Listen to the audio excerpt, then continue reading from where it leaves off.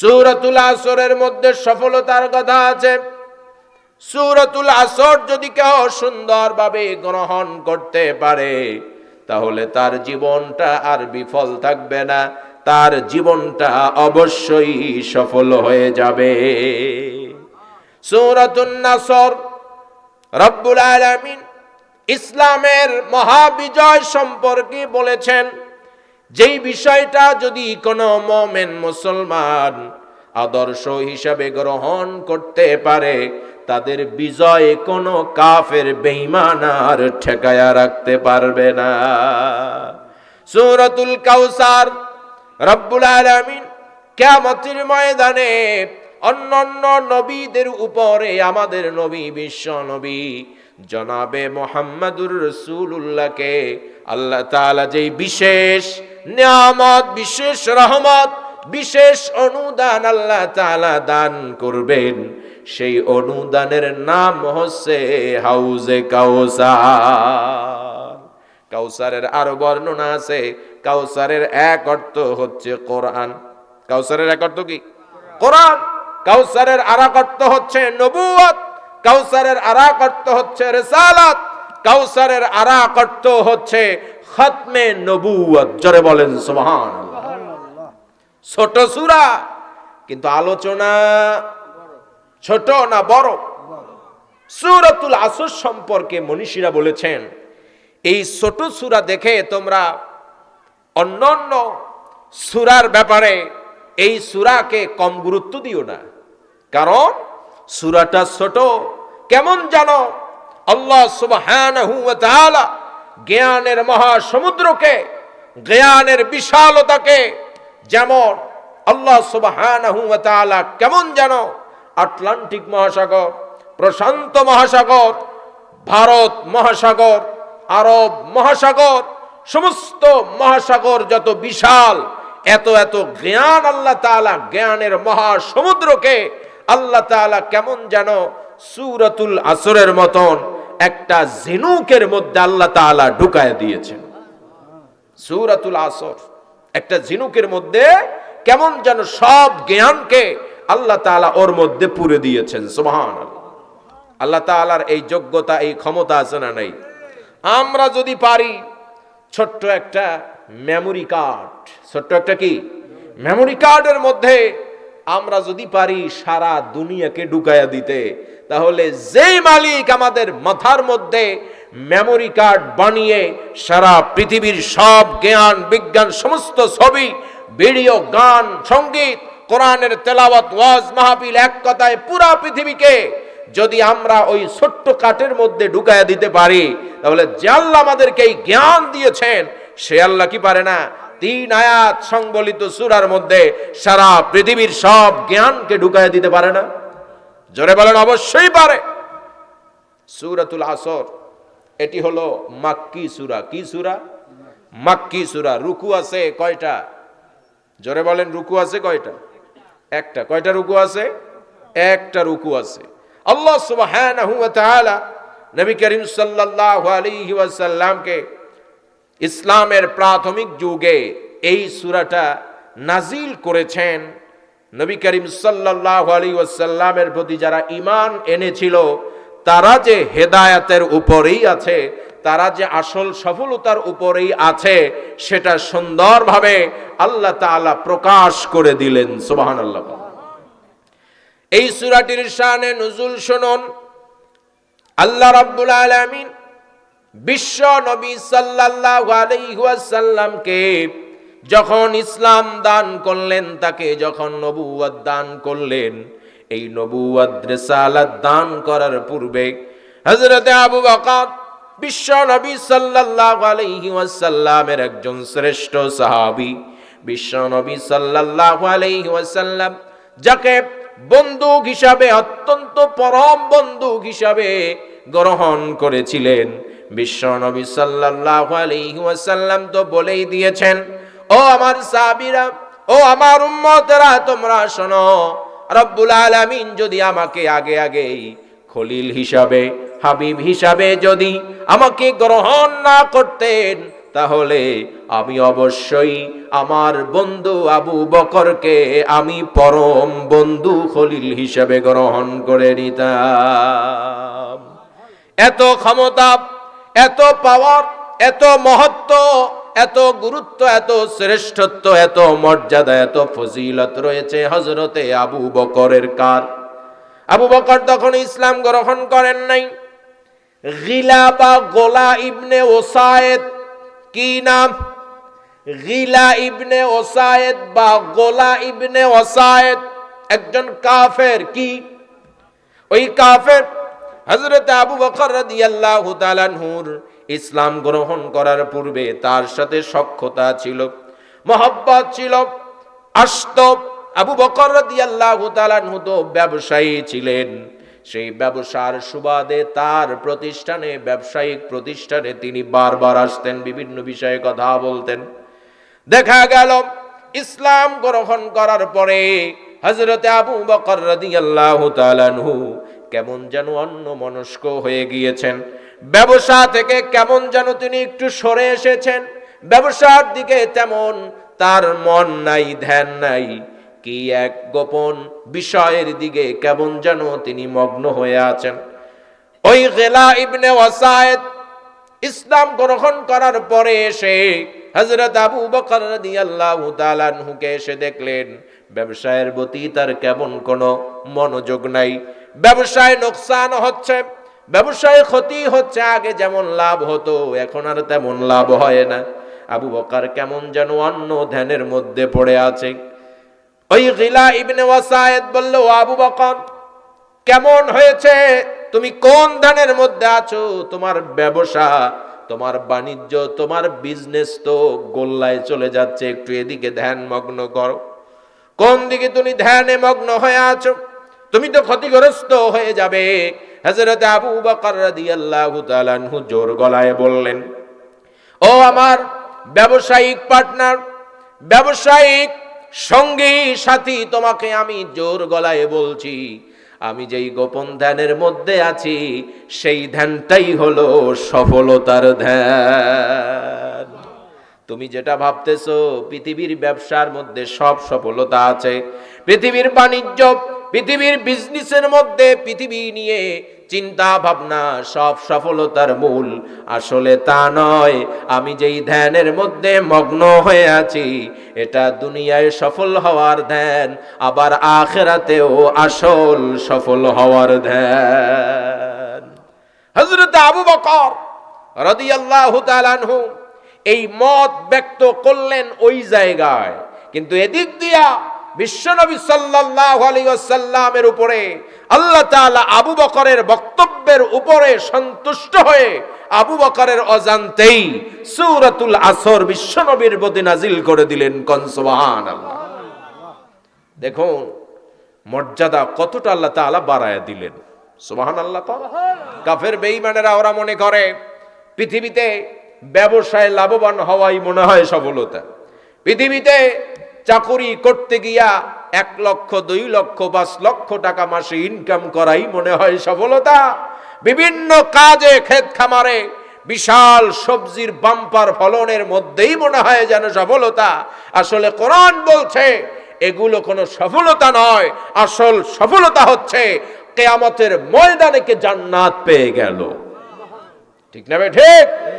আল্লাহ তাআলা তাই তো বলছেন, فمن زحزح عن النار وأدخل الجنة فقد فاز وما الحياة الدنيا إلا متاع الغرور। سبحان الله। قال আল্লাহ রাব্বুল আলামিন বলছেন কিয়ামতের ময়দানে যেই বান্দাকে আল্লাহ তাআলা জাহান্নাম থেকে মুক্তি দান করবেন, জাহান্নাম থেকে মুক্তি পাওয়া মানে হলো জান্নাতের সার্টিফিকেট পেয়ে যাবে। জান্নাতের মধ্যে প্রবেশের অনুমতি যেই বান্দাকে দেওয়া হবে, জাহান্নাম থেকে উঠিয়ে জান্নাতে প্রবেশের অনুমতি দেওয়া হবে, কিয়ামতের ময়দানে ওই ব্যক্তি হয়ে যাবে আসল সফল। ওমাল হায়াতুদ দুনিয়া, দুনিয়ার জীবন নিয়ে লাফালাফি করছো কাফের বেঈমান নাস্তিক মুরতাদেরা। আল্লাহ তাআলা বলছেন যে আল্লাহ তাআলা দুনিয়া সৃষ্টি করেছেন, আখিরাত সৃষ্টি করেছেন, ঠিক কি না? সে আল্লাহ তাআলা বলেছেন দুনিয়ার জীবন ইল্লা মাতাউল গুরুর, ধোঁকার সামগ্রী ছাড়া আর কিছুই নয়। অনেক বিশাল অট্টালিকার মালিক হয়েছো, সোনাদানার মালিক হয়েছো, সম্পদের মালিক হয়েছো, বিশাল নেতৃত্বে তুমি বিশাল নেতৃত্বের আসন গ্রহণ করেছো, এটা সফলতা নয়। সফলতা হচ্ছে আল্লাহ সুবহানাহু ওয়া তাআলা কিয়ামতে যাকে জান্নাত দিবেন, সেই হচ্ছে আসল সফল।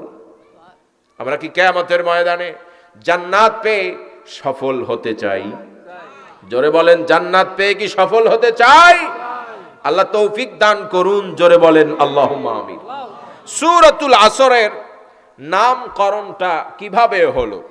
সূরাটির নাম হচ্ছে আল আসর। কি নাম? আল আসর।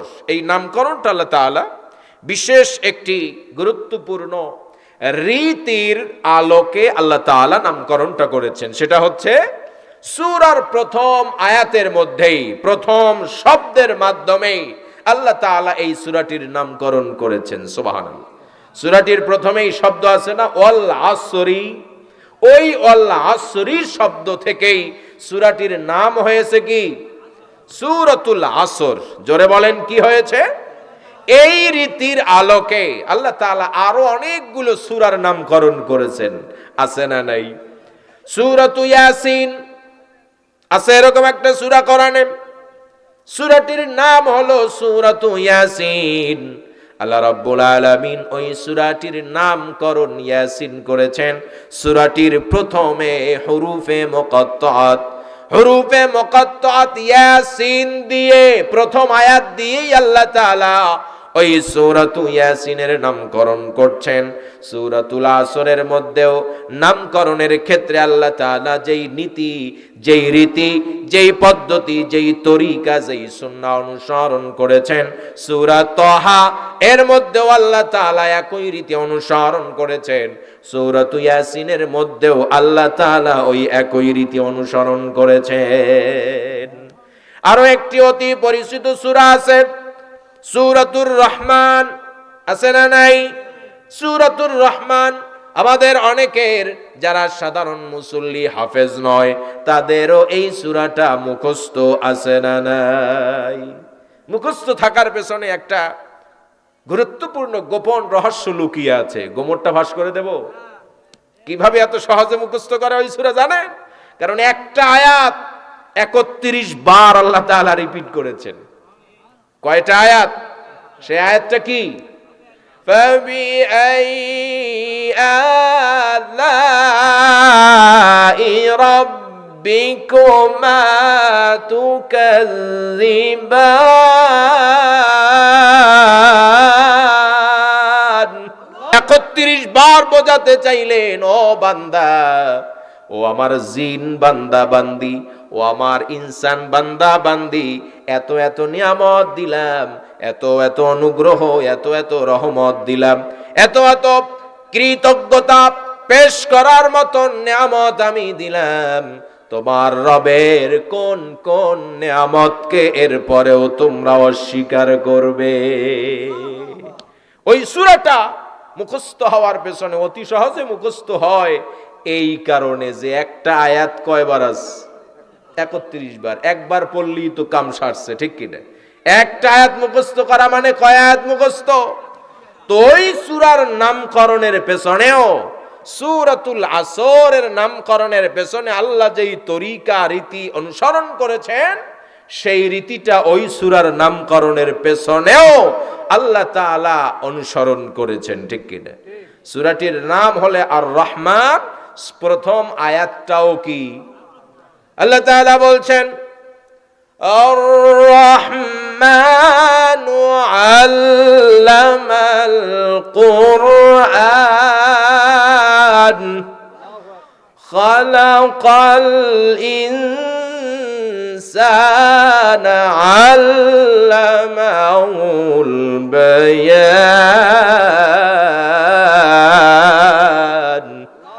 রব্বুল আলামিন বলেন আর রহমান, অতীব দয়াময়। সবচাইতে দয়া রয়েছে কার কাছে? 100 ভাগ দয়ার মধ্যে 99 ভাগ দয়া কার কাছে জমা আছে? আর 1 ভাগ দয়া সারা পৃথিবীর মধ্যে হাজার হাজার লক্ষ লক্ষ কোটি কোটি সৃষ্টির মধ্যে আল্লাহ তাআলা বন্টন করে দিয়েছেন। ওই 99 ভাগ দয়ার কারণে আল্লাহ তাআলা তিনি হয়েছেন আর রহমান। কি হয়েছেন? আর রহমান। আর সেই দয়ার বহির প্রকাশ আল্লাহ ঘটিয়েছেন আল্লামাল কোরআন। তিনি মানুষকে কোরআন শিখিয়েছেন, জিনকে কোরআন শিখিয়েছেন। খালাকাল ইনসান, মানুষ তিনি সৃষ্টি করেছেন। আল্লামাহুল বায়ান। রব্বুল আলামিন বলেন, আমি ওই আল্লাহ, আমি ওই রহমান, আমি মানুষকে কথা বলা আমি শিখিয়েছি। জোরে বলেন না সুবহানাল্লাহ। তাহলে সূরাতুল আসরের নামকরণের পেছনে রীতি গ্রহণ করেছেন আল্লাহ তাআলা। প্রথম আয়াতে যেই শব্দটা আসবে সেই আয়াতকে গ্রহণ করে সেই আয়াতের উপরে ভিত্তি করেই সূরাটির নামকরণ করা হবে, ঠিক কিনা?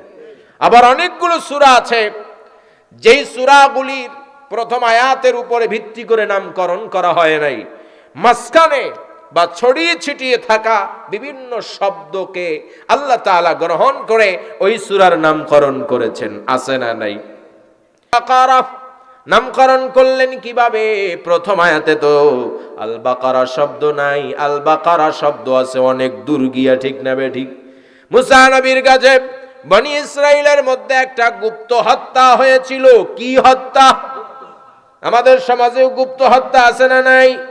শুধু কি গুপ্ত হত্যা, প্রকাশ্যে দিনের বেলায় দিবালোকে হত্যা সংগঠিত হয় কি হয় না?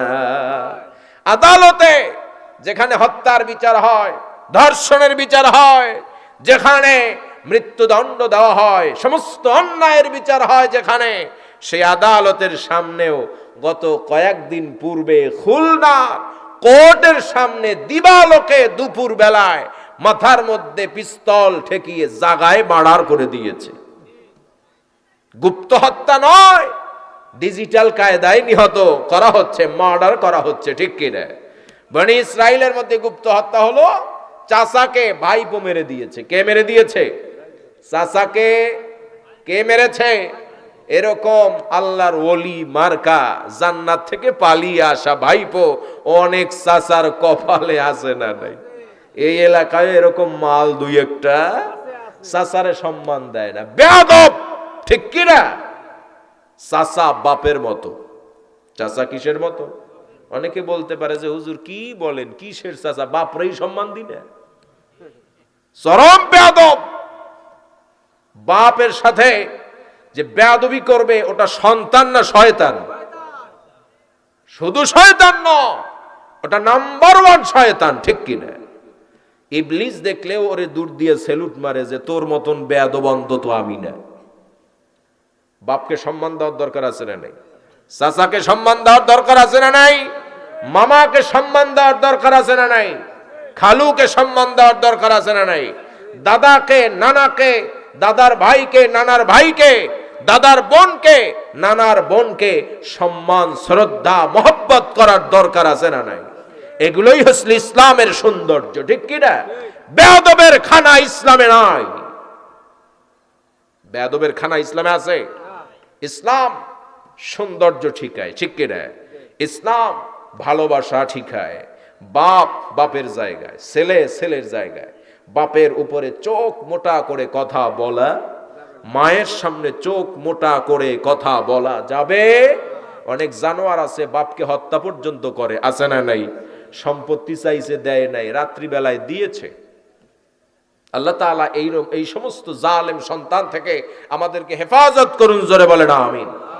চাচাকে হত্যা করে লাশ শত্রুর বাড়ির সামনে রেখে এসেছে, যাতে করে দোষটা আমার ঘাড়ে না আসে। চাচার আছে সুন্দরী, মেয়ে আছে আর সম্পত্তি আছে, ওইটা যাতে সাথে সাথে ওয়ারিশ হিসাবে চাচার কোনো ছেলে মেয়ে নাই, সব আমি যেন অতি তাড়াতাড়ি পাই।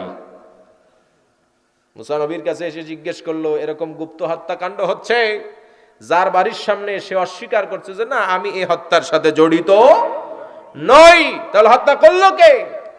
ওই যুগে তো আর সিসি ক্যামেরা ছিল না যে দেখো তো টিপটুপ দিয়া সিসি ক্যামেরায় কে আর চেহারা দেখা যায়, নাই। কিন্তু সিসি ক্যামেরা আছে একজনের কাছে, কে? নবীর কাছে আসলো কেন? ওরা বাহ্যিক ভাবে নবীকে নবী বলে বিশ্বাস না করলেও অভ্যন্তরীণ ভাবে মুসা নবীকেই নবী হিসাবে বিশ্বাস করেছে। যদি তাই না করতো মুসা নবীর কাছে এসেছে যে এরকম গুপ্ত হত্যা হয়েছে, যার বাড়ির সামনে সে স্বীকার করছে না, করবোটা কি? আল্লাহ তাআলা তখন মুসা নবীকে বললেন, কি বললেন?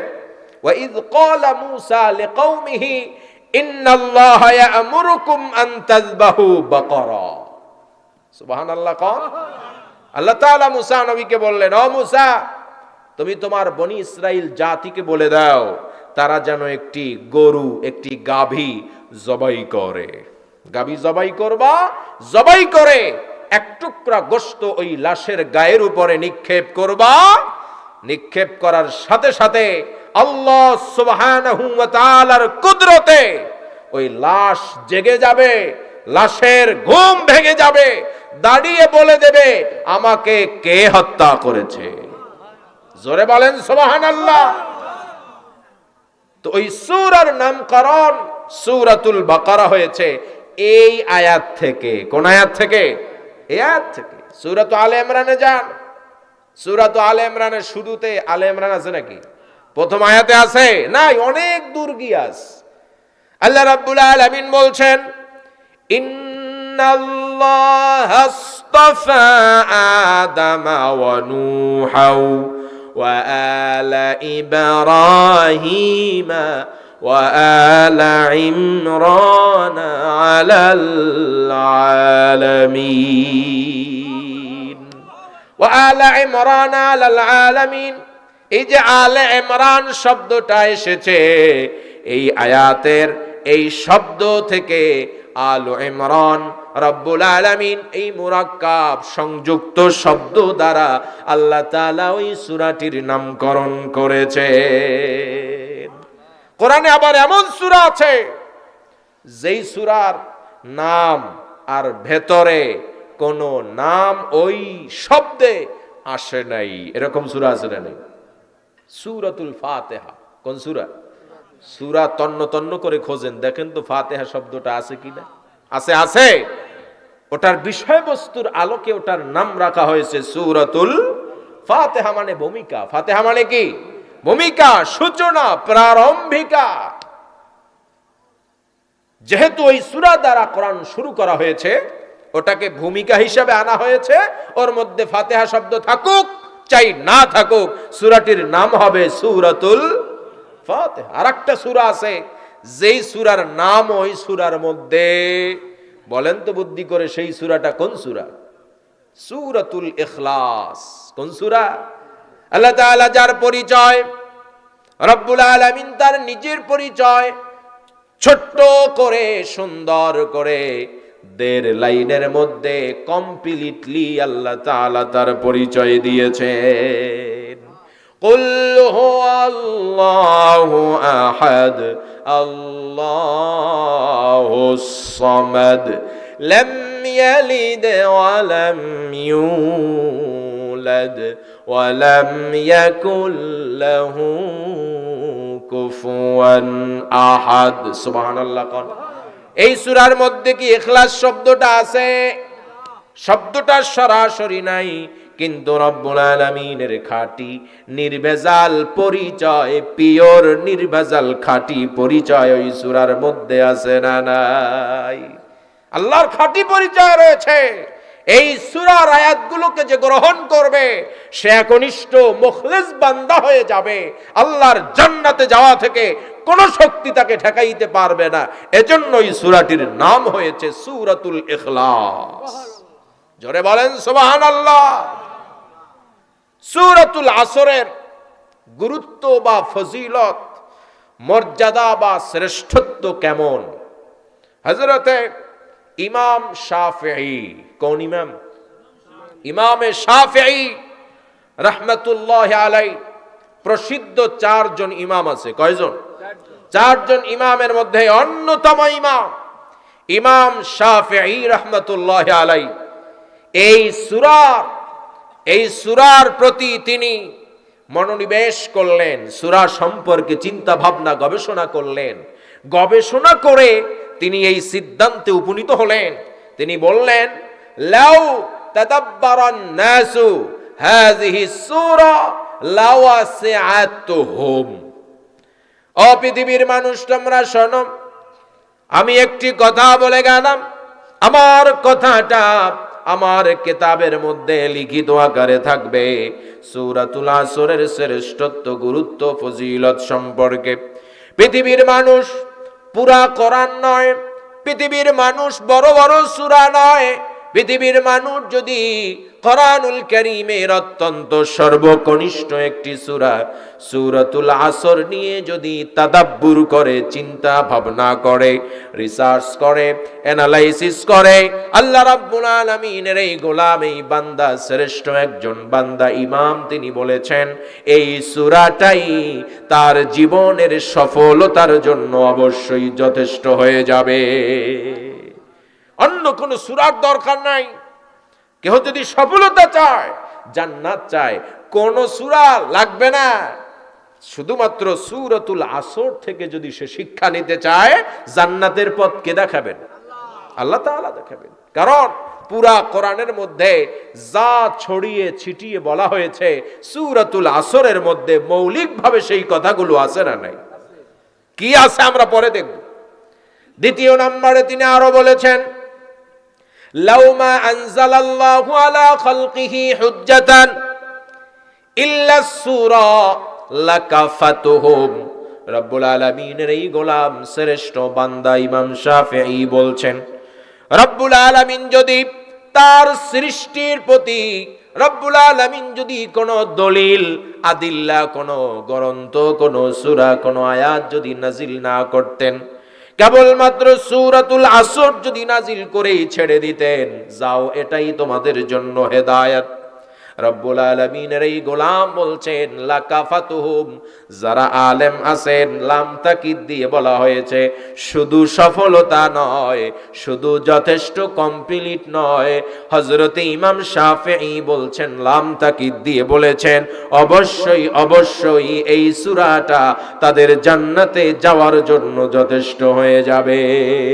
সময়ের কসম, মহাকালের কসম, ইতিহাসের কসম, যুগের কসম, হায়াতের কসম, জীবনের কসম, পুরা আয়ুষ্কালের কসম, পুরা পৃথিবীকে আমি আল্লাহ তাআলা যেই সময় দিয়ে আমি সৃষ্টি করেছি, পুরা সময়ের কসম। ইন্নাল ইনসানা লাফি খুসর, অবশ্যই অবশ্যই অবশ্যই পৃথিবীর সমস্ত মানুষেরা ক্ষতির মধ্যে নিমজ্জিত। সমস্ত মানুষ কোথায় নিমজ্জিত? ক্ষতির মধ্যে নিমজ্জিত, ক্ষতির মধ্যে ডুবে আছে, ক্ষতির মধ্যে নিপতিত হয়ে আছে। কে বলছেন? আল্লাহ তাআলা বলছেন, ইল্লাল্লাযীনা আমানু, তবে তারা নয়। সুবহানাল্লাহ। কোন? তবে তারা নয়। আল্লাহ তাআলা যদি এটা না বলতেন তাহলে খবর ছিল। আল্লাহ তাআলা যদি এতটুকুন বলেই ছেড়ে দিতেন যে মানুষ সব ক্ষতির মধ্যে, এরপরে যদি আল্লাহ ইল্লা ইস্তিসনা না করতেন, আলাদা না করতেন, ইল্লা হরফে ইস্তিসনা, আলেম যারা আছে বুঝতেছেন, মজা পাচ্ছেন। ইস্তিসনা, হরফে ইস্তিসনা দ্বারা পূর্বের হুকুম থেকে পরবর্তী আলোচনাকে পৃথক করে দেওয়া হয়। আল্লাহ তাআলা বলছেন সবাই ক্ষতিগ্রস্ত, কিন্তু তারা কারা? যারা ঈমান এনেছে। আলহামদুলিল্লাহ। আমলে সালেহ করেছে, ভালো কাজ করেছে, সৎ কর্ম যারা করেছে। এরপরে পরস্পরে হকের দাওয়াত দিয়েছে, উপদেশ দিয়েছে, পরস্পরে হকের নসিহত করেছে, অ্যাডভাইস দিয়েছে, ওয়াজ করেছে। এরপরে হকের উপদেশ দেওয়ার পরপরই হকের উপরে থাকলে বিপদ আছে না নাই, এটাকেও স্মরণ করে দিয়ে পরস্পরে ধৈর্য সবরের ওয়াজ নসিহত উপদেশ করেছে। কয়টা হলো কাজ? চারটা। কয়টা? ঈমান, সৎকর্ম, হকের দাওয়াত, ধৈর্যের দাওয়াত। কয়টা হইছে? এই 4 দফা আমল, 4 দফা কর্মসূচি যাদের জীবনে থাকবে তারা ওই সব মানুষ থেকে আলাদা। ওই সব মানুষ যাবে জাহান্নামে, কিন্তু এই 4 বৈশিষ্ট্য কোয়ালিটিওয়ালা মানুষগুলো যাবে কোথায়? আমরা কোন দলে? জোরে বলেন, কোন দলে? 4 কর্মসূচি আমরা গ্রহণ করে জান্নাতি দলের অন্তর্ভুক্ত হতে চাই। জোরে বলেন ঠিক কিনা? আমরা সব ক্ষতির হাত থেকে আমরা বাঁচতে চাই, ঠিক কিনা? আল্লাহ যে বলেছেন সব ক্ষতির মধ্যে তারা নয়, যারা নয় আমরা তাদের মধ্যে থাকতে চাই। আল্লাহ তুমি কবুল করো। জোরে বলেন আমিন। আল্লাহ তাআলা সূরাটা শুরু করলেন ওয়া দিয়া। কি দিয়া? ওয়াল আসরি। মূল শব্দ হলো আল আসর। আসর হলো মূল অক্ষর, এর সাথে আলিফ লাম যোগ করা হয়েছে। এর পূর্বে আবার ওয়াও দেওয়া হয়েছে। ওয়াও এর বিভিন্ন অর্থ হয় কি হয় না? এখানে ওয়াওটা আল্লাহ তাআলা যে অর্থে এনেছেন সেটা হলো কসমের অর্থ। কিসের অর্থ? কসমের অর্থ, শপথের অর্থ।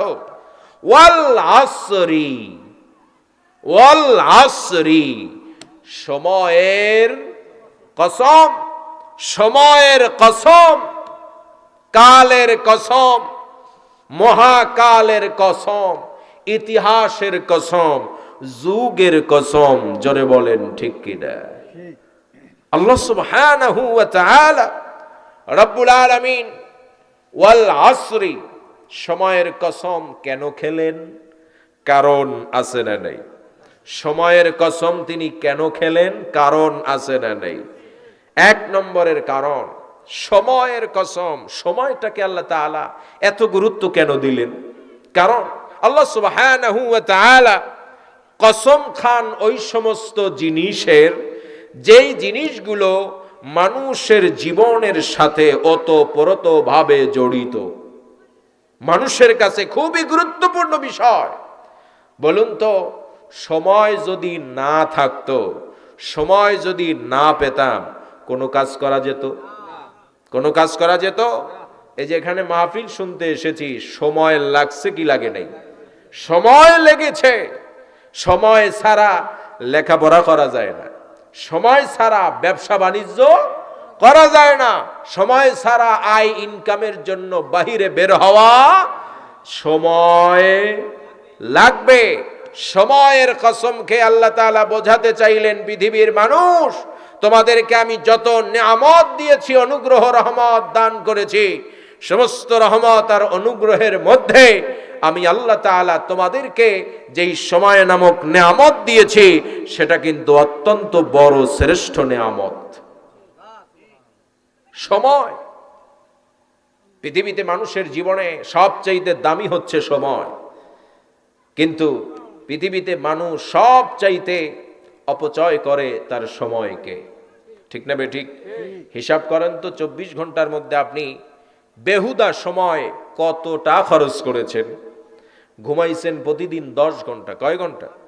14 ঘন্টা থাকলো, 4 ঘন্টা জনমের খাওয়া খাইছি, 8 ঘন্টা ঘুমায়া কাটাইছি, 4 ঘন্টা খাইছি, এরপরে আরো থাকে 10 ঘন্টা। সেই 10 ঘন্টা দোকানে বিড়ি খাইয়া, সিগারেট খাইয়া, চায়ের আড্ডায় বসে বসে বিড়ি খায় আর ফু মারে। ফু মারিয়া দেখে গলতে ঘুরতে ঘুরতে ঘুরতে ধোয়া কত দূর যায়। সময় সব নষ্ট করে দিচ্ছে। ঠিক না বেঠিক? সময়কে আল্লাহ তাআলা গুরুত্ব দিয়ে বোঝাতে চাইলেন, বান্দা তোমাকে যে আমি একটা সময় দিয়েছি, একটা পিরিয়ড, একটা হায়াত দিয়েছি, এটাকে হেলায় খেলায় নষ্ট করো। যদি করো তাহলে তুমি কিন্তু অবশ্যই ক্ষতির সাগরে হাবুডুবু খাবে। সময়কে নষ্ট করা যাবে? আল্লাহ তাআলা সময়ের কসম খেয়ে আর একটা বিষয় বোঝাতে চাইলেন। রব্বুল আলামিনের দয়া এখানে প্রকাশ করলেন।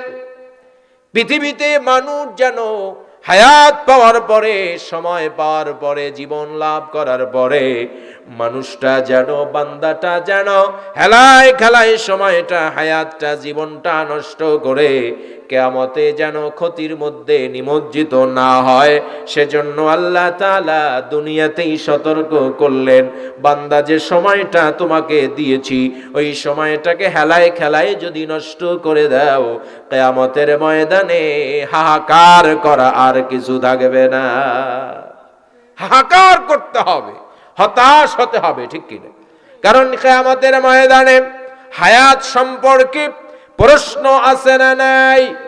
বিশ্ব নবী বলেছেন, রব্বুল আলামিনের হাবিব বলেছেন, লা তাজুলু কদমা বনি আদম ইয়াউমাল কিয়ামাতি মিন ইনদি রাব্বিহি হাত্তা ইউসআলা আন খামসিন, আন উমরিহি ফীমা আফনাহু ওয়া আন শাবাবিহি ফীমা আবলাহু ওয়া আন মালিহি মিন আইনা ইকতাসাবাহু ওয়া ফীমা আনফাকাহু ওয়া মাযা আমিলা ফীমা আলিমা। সুবহানাল্লাহ। বিশ্ব নবী বলেছেন, কিয়ামতের ময়দানে সমস্ত বনি আদম, তার মানে পৃথিবীর শুরু থেকে নিয়ে কিয়ামতের আগ পর্যন্ত, পৃথিবীর ধ্বংস হওয়ার আগ পর্যন্ত যত মানুষ হবে, সমস্ত মানুষ কিয়ামতে আল্লাহর সামনে দাঁড়িয়ে থাকবে। কার সামনে দাঁড়িয়ে থাকবে? কারো ক্ষমতা থাকবে না, কোনো পাওয়ার পাণ্ডিত্য থাকবে না, কোনো নেতৃত্বে সেদিন কাজ হবে না, এক চুল পরিমাণও সে সামনে বা পেছনে আগাবে পা নাড়ানোর মতন কোনো ক্ষমতা থাকবে না, যতক্ষণ না তাকে 5টা প্রশ্ন করা হয়। কয়টা প্রশ্ন? 5টা প্রশ্ন করা হয়। 1 নম্বরই হায়াত সম্পর্কে। কি সম্পর্কে? আন উমরিহি ফীমা আফনাহু, তাকে জিজ্ঞেস করা হবে, বান্দা তোমাকে 50 বছর, 40 বছর, 30 বছর, 15 বছর, 20 বছর, 25 বছর, এমনকি 80, 100 বছর, 150 বছর, পূর্বের মানুষেরা তো 1000 বছরও হায়াত পেয়েছিল। কি পায় নাই? পায় নাই। এই হায়াত সম্পর্কে তাকে জিজ্ঞেস করা হবে, কোন কাজে এই হায়াতটাকে নষ্ট করেছো? জবাব দাও। আল্লাহর নাজিলকৃত কিতাব পড়ে পড়ে সময় তুমি নষ্ট করেছো, নাকি যাত্রাপালায় গান দেখতে দেখতে সময় নষ্ট করেছো? জুয়ার আড্ডায় বসে বসে সময় নষ্ট করেছো, নাকি আল্লাহর সামনে মাথা নত করে সেজদা দিয়ে সময় নষ্ট করেছো? তাহাজ্জুদের সময় নষ্ট করেছো, নাকি সারা রাত ধরে ধরে গান বাজনা মোবাইলে দেখে দেখে সময় নষ্ট করছো? কোনটা করছো? জবাব দাও, এরপরে সামনের দিকে আগাও, ঠিক কি না?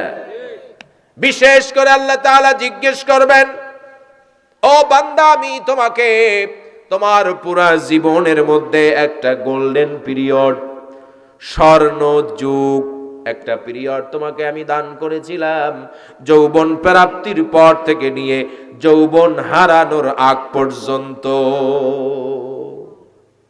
কি এরকম একটা সময় পিরিয়ড আছে তো আমাদের জীবনে? অনেকে এখন সেই পিরিয়ডের মধ্যে আছেন, আবার অনেকে নাই। বোঝেন তো? এই বোঝেন তো, মানে শক্তি নাই, হাঁটুতে আর জোর নাই, মাজায় আর জোর নাই, সন্তান জন্ম দেওয়ার মতন কোনো ক্ষমতা, পাওয়ার এখন আর তার কাছে নাই। তার মানে যৌবন কি শেষ, পালিয়েছে। ওই যে শুরু থেকে শেষ পর্যন্ত এই যে বিশেষ পিরিয়ড, এই পিরিয়ড সম্পর্কে আলাদা প্রশ্ন করা হবে। কি করা হবে? কি হবে না? ওয়া আন শাবাবিহি ফীমা আবলাহু, যৌবনকাল কোন কাজে ক্ষয় করেছো, কোন জায়গায় যৌবন নষ্ট করেছো? পতিতালয় গিয়ে যৌবন নষ্ট করেছো? প্রেমিকার সাথে কথা বলে বলে অবৈধ সম্পর্কে লিপ্ত হয়ে তোমার যৌবন নষ্ট করেছিলে, জবাব দাও আজকে। না নামাজে যৌবন নষ্ট করেছো, ইবাদতে যৌবন কাটিয়ে সময় ক্ষেপণ করেছো, সময় কোন জায়গায় খরচ করেছো, জবাব দাও, এরপরে সামনে আগাও, ঠিক কিনা? আজকে যারা যুবকেরা ময়দানে যারা আছো, মাইকের আওয়াজ শুনতে পাচ্ছ, তোমরা বুকে হাত দিয়ে বলো তো, কিয়ামতের ময়দানে আল্লাহর এই প্রশ্নের জবাব কি তুমি দিতে পারবে? কি পারবে? যুবক যদি সময় নষ্ট করে গাজার আড্ডায়, মদের আড্ডায়, পতিতালয়ে গিয়ে অবৈধ ফুর্তিতে লিপ্ত হয়ে গান বাজনা ড্যান্স নাচ এগুলোর পিছনে যদি যুবক তার যৌবন কাল যদি ব্যয় করে, কিয়ামতের ময়দানে আল্লাহর সামনে যৌবন সম্পর্কে প্রশ্নের সঠিক জবাব সে দিতে পারবে না। কত ভয়াবহ অবস্থা হবে সেদিন। চিন্তা করো যুবক, মসজিদের ভেতরে আসো না, মসজিদে আসলেও হুটহাট করে দুই একটা সেজদা দিয়েই দৌড় মারো, কিয়ামতের ময়দানে তোমার অবস্থাটা হবে কি একটু চিন্তা করো, ঠিক কিনা? যারা বুড়া হয়ে গিয়েছি, অনেকে এমন আছে যৌবনকাল ভালো কাজে ব্যয় করে, এরকম অনেক বুড়া আছে না নাই? এখনো হায়াত যেহেতু আছে, আল্লাহর কাছে খালেস দিলে তওবার দরজা এখনো খোলা আছে না নাই? বলবেন হুজুর এখন আর ওই গানের আড্ডায় বসে মজা পাই না, কারণ যৌবনই তো নাই, ওই ড্যান্স আর নাচ দেখে মজা এখন আর পাই। আবার অনেকে আছে এমন বুড়ার বুড়া, কি লজ্জার কথা। একদিন আমি এক সেলুনে চুল কাটতেছি, আমার তো আর বোঝে নাই যে আমি হুজুর, টুপি টুপি খোলা, গায়ের উপরে আবার একটা কালো মুদ্দারের কাপড়ের মতন ঢুকাইয়া দিয়া সমানে চুল কাটতেছে। এখন দাড়ি তো গাঁজাখরের মুখেও আছে অনেক সময়, যে এটা হুজুর না ইমাম না মুফাসসির না মুহাদ্দিস, কি বোঝার ক্ষমতা। পেছনে দুই বুড়া বসে বসে গল্প গুজব করতেছে, মানে ওনারা সিরিয়ালে আছে। এবার দেখা যাচ্ছে সেলুন তো রাস্তার পাশেই হয়, একটা মেয়ে যাচ্ছে অর্ধ উলঙ্গ হয়ে। কি উলঙ্গ হয়ে? এরকম অর্ধ উলঙ্গ মেয়ে এই এলাকায় মনে হয় নাই। গ্রামের মেয়েরাও এখন ডিজিটাল। কি মনে করছেন? আগে বুঝতাম যে শহরের মেয়েরাই মনে হয় কেবল বুরু পেলাক করে, না, এখন গ্রামে খুঁজলেও বুরু পেলাক করা অনেক মেয়ে পাওয়া যায়। কথা বলেন ঠিক কিনা? চুলগুলোকে বব কাটিং দিয়েছে এরকম মেয়ে, মহিলাও, 2-3 বাচ্চার মা, এরকম অনেক মেয়ে লোকও গ্রাম অঞ্চলে আছে না নাই? তার মানে ওরা বলতে চায় আমরা গ্রামে থাকি শহরে থাকি, তাতে হইছেটা কি? আমরাও ডিজিটাল মডার্নের ছোঁয়া আমরাও গ্রামে বসে পেয়েছি, ঠিক কি না? বর্তমানে এমন অবস্থা তৈরি হয়েছে, মেয়েরা সব জায়গায় ডিজিটালের ছোঁয়া লাগাইছে, শুধু বাদ ছিল দাঁত। কি বাদ ছিল? দাঁত।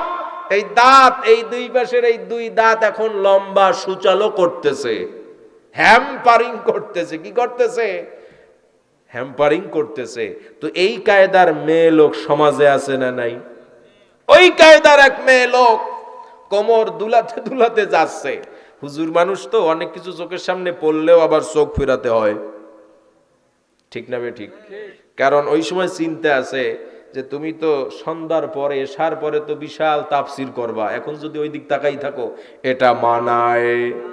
চোখে পড়লেও যদি দেখতে মনেও চায়, কি ঠিক না ঠিক? ওই বুড়া দুইজন একটাই বলতেছে দেখ কি জিনিস।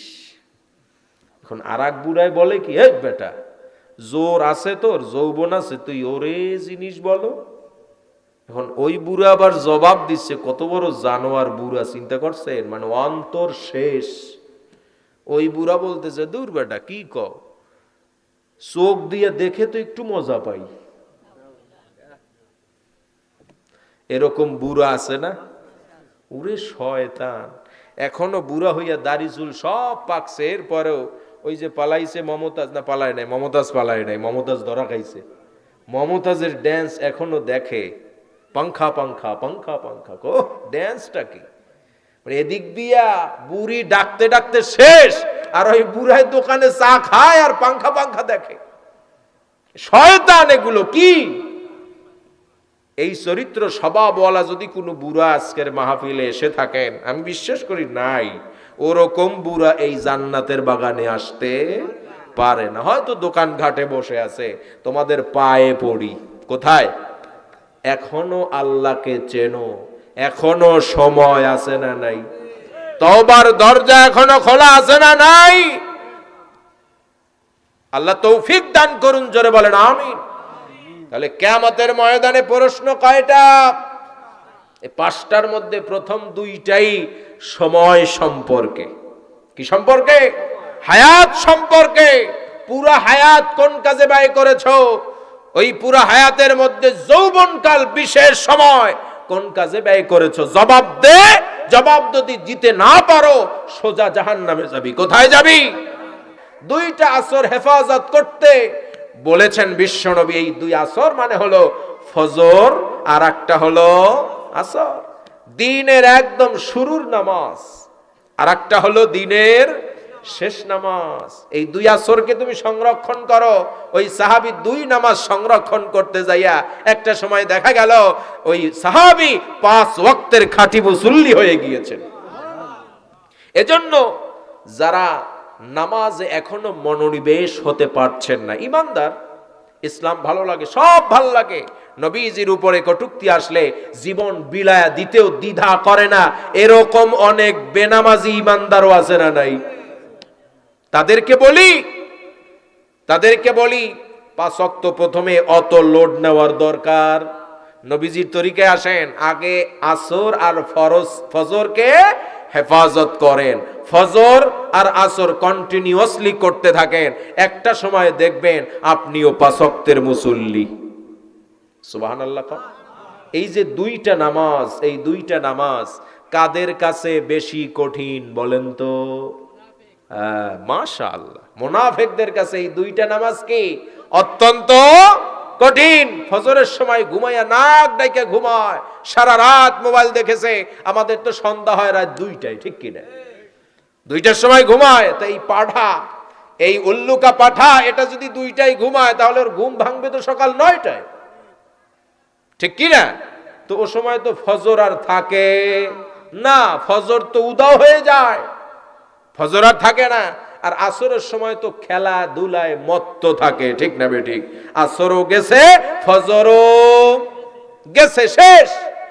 তাহলে দুই গুরুত্বপূর্ণ নামাজ আদায় যদি কেউ করা শুরু করে দেয় তাহলে একটা সময় দেখা যাবে উনি 5 ওয়াক্তের খাঁটি মুসল্লি, ঠিক কিনা? কারণ এই দুইটা নামাজই অত্যন্ত কঠিন, আর এই দুইটা নামাজই আমাদের কাছ থেকে বেশি ছুটে যায়। জোহরেরটা পরে, এরপরে মাগরিবেরটাও পরে, এশারটাও অনেক সময় পরে, কিন্তু ফজর হয় না আর আসর হয় না। ফজর এবং আসর কেন হয় না?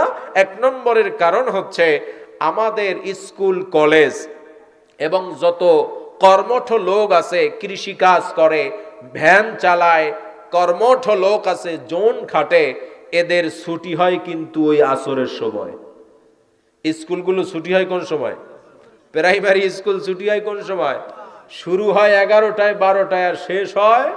তো ওই সময় সারা দিন ক্লান্ত শ্রান্ত দেহ নিয়া ক্লাস করেছে, টিচারও করেছে, শিক্ষার্থীরাও করেছে, ব্যাগ কান্দে নিয়ে বাড়ি আসতে আসতে আসতে আসতে ওই সময় গোসল করবে কখন, আর খাবে কখন, আর আসর পড়বে কখন? এই সিস্টেম পাল্টাইতে হবে। সিস্টেম আমরা বলি খালি ডিজিটাল হয়েছি, মডার্ন হয়েছি, আসলে কিছুই হই নাই। মডার্ন হয়েছে তো বিদেশি রাষ্ট্রগুলো, ঠিক কিনা? সুইডেন, ফিনল্যান্ড, ইংল্যান্ড, লন্ডন, এরা হয়েছে উন্নত। এদের সব কাজগুলো ওরা আগে আগে শুরু করে আর শেষ করেও আগে আগে, ঠিক না বে ঠিক? ইংরেজরা, এরা হলো ইসলামের শত্রু, ঠিক কিনা? ইংরেজরা মুসলমানদের কাছ থেকে সব চুরি করে নিয়েছে।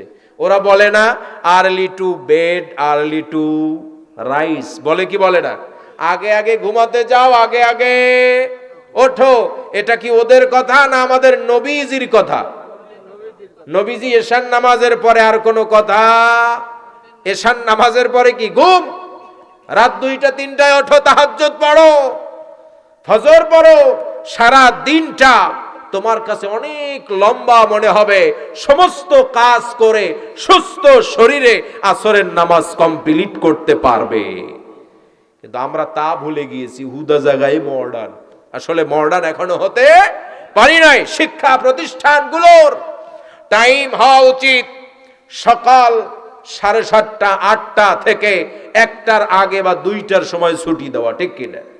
এটা যদি হয় তাহলে জোহরটাও সুন্দরভাবে আদায় করা যায়, আসরটাও সঠিকভাবে আদায় করা যায়।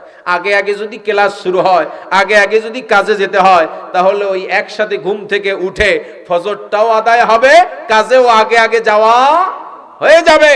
এবং প্রত্যেকটা স্কুল, কলেজ, মাদ্রাসা, ভার্সিটিতে অবশ্যই একটা মসজিদ থাকা চাই, ঠিক না বে ঠিক? ইনশাআল্লাহ আমরা আল্লাহর কাছে দোয়া করি, আল্লাহ আগামীর বাংলাদেশ যেন কোরআনের বাংলাদেশ হয়, ঠিক না বে ঠিক? এখানে এই কথায় কোনো দ্বিমত আছে নাকি? কারো দ্বিমত আছে নাকি? আমরা দল মত নির্বিশেষে আমরা যারা লা ইলাহা ইল্লাল্লাহ মুহাম্মাদুর রাসূলুল্লাহ যারা পড়েছি, আমাদের সকলের প্রাণের দাবি হচ্ছে আমরা নিজ চোখে আগামীর বাংলাদেশ কোরআনের বাংলাদেশ, ইসলামের বাংলাদেশ হিসাবে দেখতে চাই। আগামীর বাংলাদেশ যদি ইসলামের বাংলাদেশ হয়ে যায়, তাহলে অবশ্যই প্রত্যেকটা প্রতিষ্ঠান সংলগ্ন স্থানে, প্রতিষ্ঠানের আওতায় নামাজ আদায়ের জন্য সুন্দর সুষ্ঠু পরিবেশ আমরা অবশ্যই তৈরি করব, ঠিক কিনা? সবাইকে নামাজি বানাতে হবে, পরিবারকে নামাজি বানাতে হবে, শিক্ষার্থীদেরকে নামাজি বানাতে হবে, শিক্ষক শিক্ষয়িত্রী যারা আছে তাদেরকে নামাজি বানাতে হবে। দেখবেন একটা সময় বাংলাদেশ থেকে জুলুম, নির্যাতন, নিপীড়ন, স্বৈরাচারী সমস্ত সভ্যতা, হারাম সবগুলো বিদায় নেবে। জোরে বলেন ঠিক কিনা?